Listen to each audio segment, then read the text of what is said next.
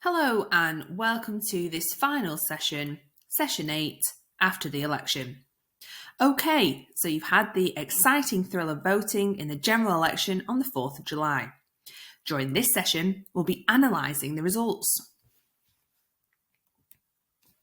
Now, what's interesting to do is looking up the results. Here are some of the places you can explore the election results. The BBC is useful as it is a neutral and balanced source of information. You can look at Britain Elects, which is updated with the poll results, and the national newspapers will have in-depth analysis. For an overview of the results from this year's general election, head to the BBC website. There will be analysis about all the major parties and independents, which we've explored in previous sessions. Okay, understanding the general election in your area. The majority of the news will focus on the national results. They will be exploring the government and the Prime Minister and mainly reporting on that. What might be more interesting to you, though, is your local area and your constituency results. So look up and find the results for your constituency. Which candidate won the election where you live? Has this candidate been re-elected? Is this a new MP but from the same party previously? Or is this a new MP from a new party? Is it an independent? What has that MP promised you? How do you think that will impact you? Once you've had a look at your local area, let's turn back to the national picture. Is there a new Prime Minister in government? Or has this just stayed the same? What impact do you think this will have?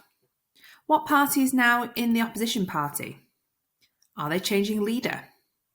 There's lots to get stuck into there. And remember, once you've registered to vote, you've registered for life. The next set of elections will be the local elections in May 2025. What do you think the issues will be in that election?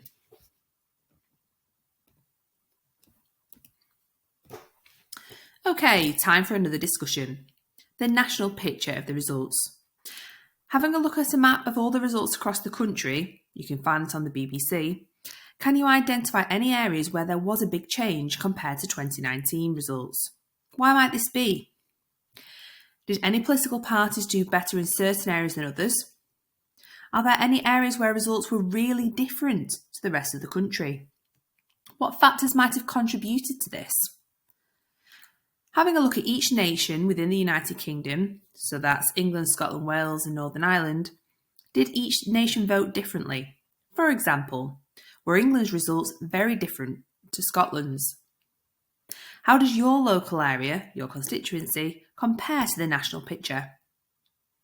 Is your local MP from the same party as the government? Why do you think that would be? So there's lots of interesting areas to explore and discuss there.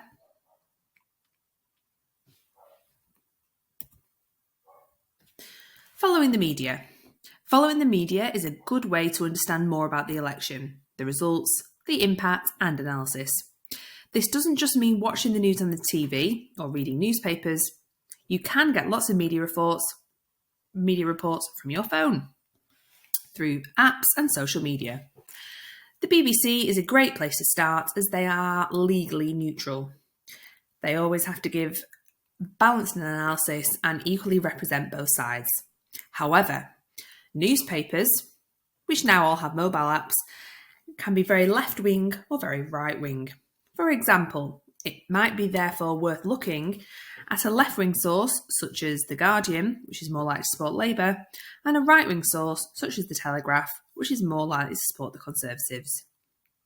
What's a good idea is to have a look at these media sources and compare their analysis on the election. What are their similarities and differences? And what are the big three themes that journalists are saying the election represents? Do they all agree? You can also follow live local media reports on the outcome of the election in your area too. You can watch your local news, you can look at the local media sources online, focus on the headlines and how it's presented, and also read the full article. Does it reflect your opinion of your local area? Okay, final task, exploring the narrative. Explore the responses from the politicians from the main political parties we've already looked at. What are their reactions to the results? Remember, we've looked at Plaid Cymru, the Green Party, Labour, the Conservatives, the Scottish National Party, the Liberal Democrats, and the Reform Party. What do they argue the general election results mean?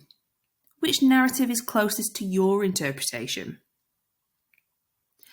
Thank you for taking part in this final session. We hope you have found these sessions informative and have enjoyed taking part in the general election. Enjoy voting in future elections.